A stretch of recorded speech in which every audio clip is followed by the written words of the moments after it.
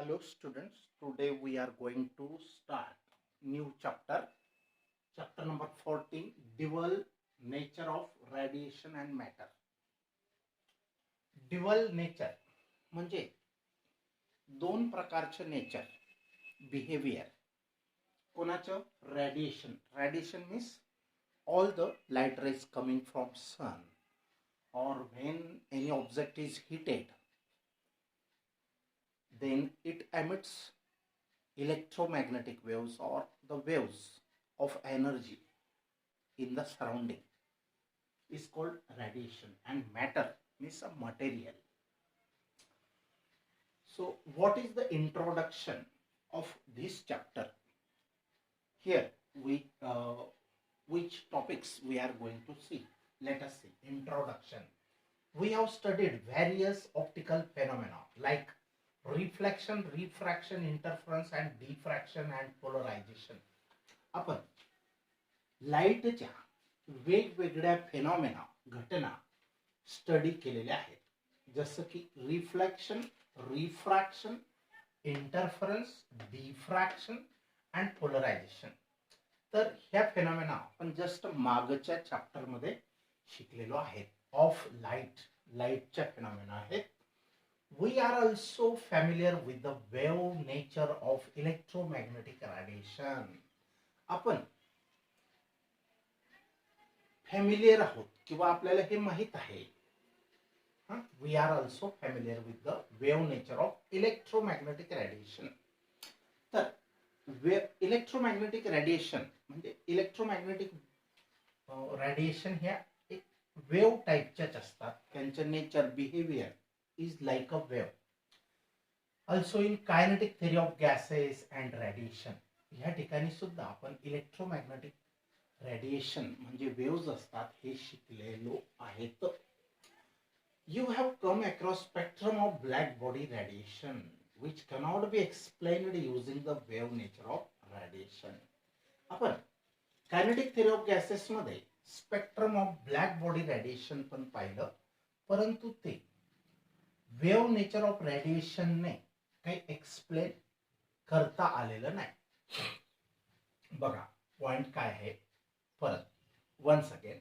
You have come across spectrum of black body radiation which cannot be explained using the wave nature of radiation. तर black body radiation emit करते, तर त्याचं जे nature आहे किंवा ते कसं काय होतं त्याच्याविषयी आपण वेव्ह नेचर, त्या वेव्ज ज्या इमिटेड रेडिएशन असतात ते वेव्ह नेचरच्या असतात हे काही अजून एक्सप्लेन केलेलं नाही. तर वेव्ह नेचर ऑफ म्हणजे बघा main point, black body radiation म्हणजे black body receives heat from the surrounding, and when it reaches to maximum temperature then and the temperature of the surrounding becomes less than the temperature of the body, then that time black body emits radiation. मग ते जे radiation ती emit करते black body which cannot be explained on the wave nature of radiation, तर ते wave नेचरवर explain काही केलेलं नाही किंवा करता येत नाही. Such phenomena appear during the interaction of radiation with matter. अशी जी फेनॉमेना आहे ब्लॅक बॉडी रेडिएशन, ही काय आहे? इंटरॅक्शन आहे. कोणाची? Of radiation with matter. Black body radiation is the phenomena.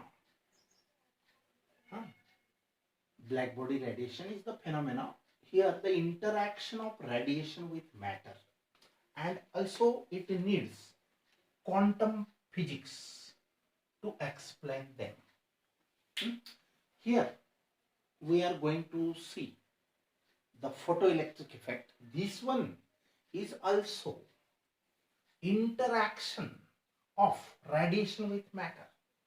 Here the metal plate is a matter, and the ultraviolet radiation or visible light or any other radiation when falls on certain materials, then the electrons, free electrons in that metal can be detached from this metal. This phenomena is called as photoelectric effect. But this photoelectric effect is the nothing but the phenomena which appears due to the interaction of radiation with matter, and it needs the quantum physics to explain them. आणि black body radiation सारख्या फेनॉमेनासाठी quantum फिजिक्सची गरज येते. आता बघा, the idea of quantization of energy was first proposed by plank. Energy quantized होते म्हणजे काय? Suppose ही energy आहे, ही छोट्या छोट्या पॅकेट्स मध्ये डिव्हाइड करता येते, छोट्या छोट्या पॅकेट्स मध्ये डिव्हाइड करता येते. यालाच क्वांटायझेशन ऑफ एनर्जी असं म्हणतात. The idea of quantization of energy was first proposed by Planck, Max Planck, name of the scientist, to explain black body spectrum.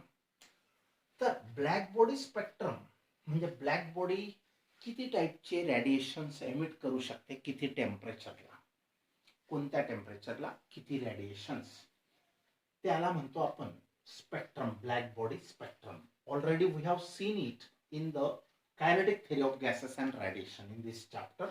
Okay, तर मग idea of quantization of energy, quantization means a division of energy into small energy packets, is called as quantization of energy and was first proposed by the Max Planck and to explain the black body spectrum. खरं तर Max plank scientist ने black body spectrum का घडतो, black body heat घेते आणि नंतर ती emit करते, तर ती एमिटेड जी एनर्जी आहे ती emitted energy consists of different types of wavelengths or the radiation of different frequency wavelength, and the total coverage of all the radiations emitted by the black body is called as black body spectrum, and which is discovered by or explained by Max Planck. तर Max Planck सायंटिस्टने black body spectrum discover करताना हा पुढचा पण आपल्याला काही topic तिथून डिस्कवरीचा start झाला असं म्हणता येईल. तर बघा, अकॉर्डिंग टू धिस थेरी, आता मॅक्स प्लँक किंवा क्वांटम थेरी त्याला म्हणतात, मॅक्स प्लँक्स क्वांटम थेरी. तर according to this theory, Max Planck's थेरीनुसार किंवा क्वांटम थेरीनुसार energy is emitted in packets. असे छोटे छोटे पॅकेट्स मध्ये एनर्जी एमिट केली जाते. प्लँक ॲझ्युम्ड दॅट, प्लँकने एक गोष्ट ॲझ्युम केली, मानली की atoms behave like tiny oscillators. Atom हे अगदी लहान ऑसिलेटरचं काम करतात. ऑसिलेटर म्हणजे काय? दे आर मूव्हिंग और vibrating about their mean position. They remains in their position but about their mean position they are vibrating. तर अकॉर्डिंग टू प्लँक किंवा प्लँकने ॲझ्युम केलं, मानलं की that atoms behaves like tiny oscillators that emit radiation only in discrete packets. तर ते atoms emit करतात radiation in the form of discrete packets, म्हणजे छोटे छोटे पॅकेट्स मध्ये ते एनर्जी एमिट करतात. आणि energy of each packet is calculated by the formula E is equal to h nu. Here E is the energy of the packet, energy packet. H is the Planck's constant. Nu is the frequency of the radiation. Nu is the frequency, E is the energy, H is the Planck's constant. So for a single energy packet or single discrete packet have energy E is equal to h nu, but the energy is n times the h nu. N times the h nu means total energy can be divided into so many h nus, and single packet have energy E is equal to h nu, but so many for n number of energy packets, the total energy is n h nu. Here n is the number of energy packets. This model of प्लँकने ही जी idea सांगितली तर त्याला म्हणतो आपण model. This model of Planck turn out to be the basis for Einstein's theory. हे जे मॉडेल मॅक्स प्लँकने सजेस्ट केलं हा एक बेस ठरला कोणासाठी? आइन्स्टाईनच्या थेरीसाठी. बघा, डिस्कवरी ऑफ मॅक्स प्लँक. कशाविषयी डिस्कवरी केली? Black body radiation. Black body रेडिएशनचं एक्सप्लेनेशन देत असताना ब्लॅक बॉडी ही वेव्हच्या फॉर्ममध्ये रेडिएशन देते किंवा नाही, का एनर्जी पॅकेट्स मध्ये देते, आणि त्या एनर्जी प्रत्येक पॅकेटला आपण क्वांटम ऑफ एनर्जी असं म्हणतो. Quantum means A quantity of energy. Small, very very small quantity of matter is called quantum, and quanta is a plural form of quantum. Okay, so this role model discovered by the Max Planck becomes the basis for Einstein's theory to explain the observations of photoelectric effect. आता photoelectric effect हे जे आइन्स्टाईन्स discovery आहे ती ला base खरा तर max प्लँकच्या आहे. म्हणजे मॅक्स प्लँकने जे सांगितलं त्याच्या पुढचा टप्पा म्हणजे फोटो इलेक्ट्रिक इफेक्ट आहे. आता बघा, फोटो इलेक्ट्रिक इफेक्ट कोणाला म्हणतात? Listen. First, Hertz discovered photo electric emission in 1887. Hertz, Lenard Hertz या सायंटिस्टने 1887 मध्ये photo electric emission, photo means light and electric means charges, emission means emitted, charges are emitted due to photo means a light. When light of certain frequency is incident on certain materials, electrons are gets emitted from that metal. This is called photoelectric effect. Here, Hertz discovered the photoelectric emission in 1887 while he was working on the production of electromagnetic waves. बघा, hertz electromagnetic waves कशा production करायच्या त्यावेळेला photo electric emission म्हणजे photo electric effect ची discovery झाली.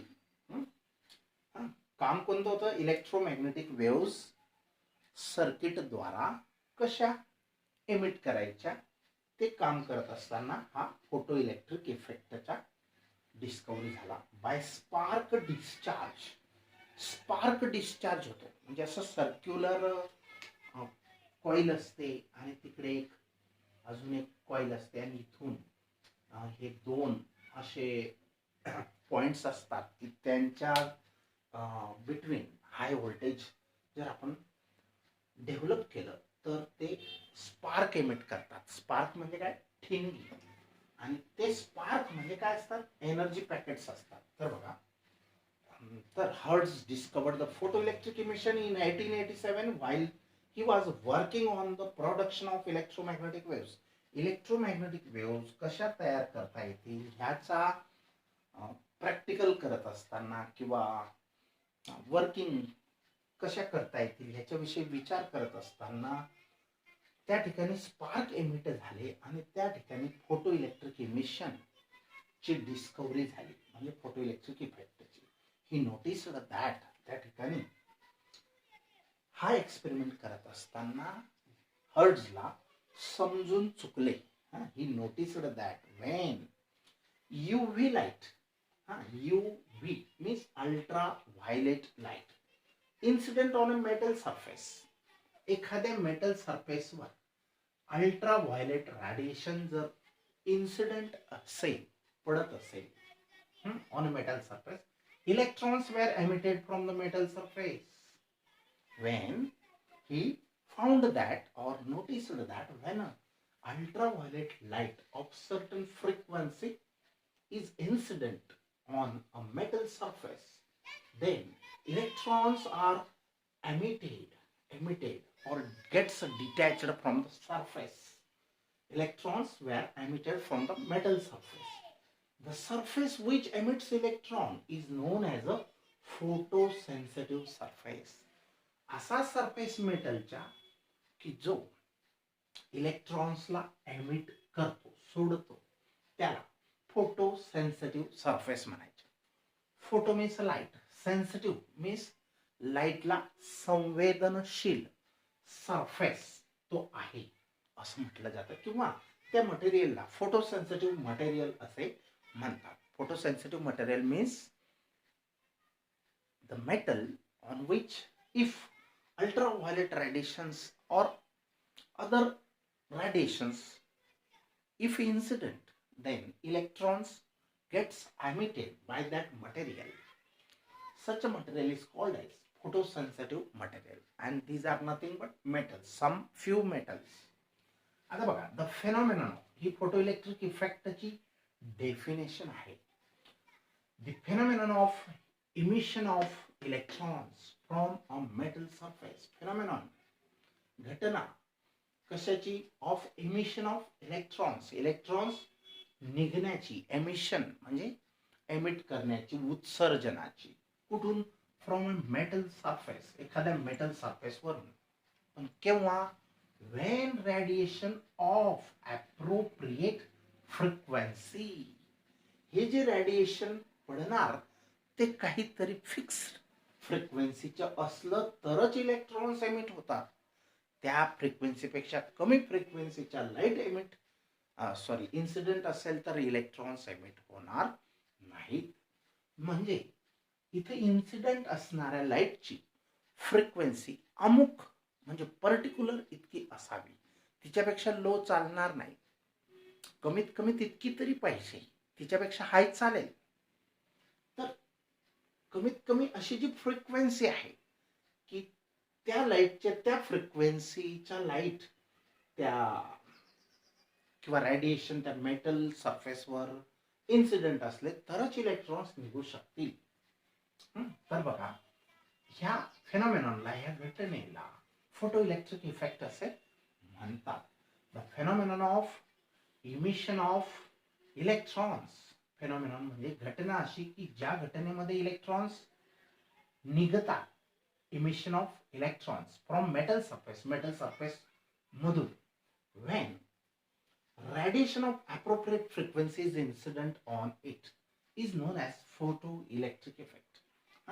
Photoelectric. Photo means light. Electric means charges are emitted. तर याला photoelectric effect असे म्हणतात. नेक्स्ट पॉइंट बघा. इट वॉज फाउंड दॅट, असं आढळून आलं की certain metals like zinc, cadmium, magnesium etc. are responded only to the ultraviolet light. असं दिसून आलं प्रॅक्टिकली की झिंक, कॅडमियम, मॅग्नेशियम हे मेटल फक्त अल्ट्राव्हायोलेट लाईट जर पडला तरच ते इलेक्ट्रॉन्स एमिट करतात. परंतु पुढे जाऊन अजून हावेवर तरी पण some alkali metals, first group metals, alkali metals such as lithium, sodium, potassium, cesium and rubidium, हे अल्कली मेटल्स आहेत. Were also sensitive even to visible light. Even to visible light म्हणजे जो व्हिजिबल लाईट आहे, दृश्य प्रकाश, तो प्रकाश जरी पडला तरी ते इलेक्ट्रॉन सोडतात. त्यांना अल्ट्राव्हायोलेट रेडिएशनच इन्सिडेंट पाहिजे त्या मटेरियल्सवर, असं काही नाही. म्हणजे अल्ट्राव्हायोलेट रेडिएशनसाठी कोण रिस्पॉन्स देतं? Zinc, cadmium, magnesium to emit the electrons. But the alkali metals, first group metals like sodium, lithium, potassium, cesium, rubidium are also sensitive to visible light also. Okay. So when light of certain frequency is incident on surface, बघा, light अमुक फ्रिक्वेन्सीच्या, certain frequency, particular frequency incident on surface of metal, मेटलच्या सरफेसवर अमुक फ्रिक्वेन्सीच्या light incident असेल तरच electrons R emitted, electrons हे निघतात त्या मेटलच्या सरफेसवरून. तर these emitted electrons are called photoelectrons. हे emitted electrons ला काय म्हणायचं? photoelectrons. photo म्हणजे light. Due to light these electrons are emitted. And the flow of photoelectrons is called as photoelectric current. आणि जर ह्या इलेक्ट्रॉन्सला अशी अरेंजमेंट केली to flow through the conductor or a wire, then they forms a current. So many electrons are flowing.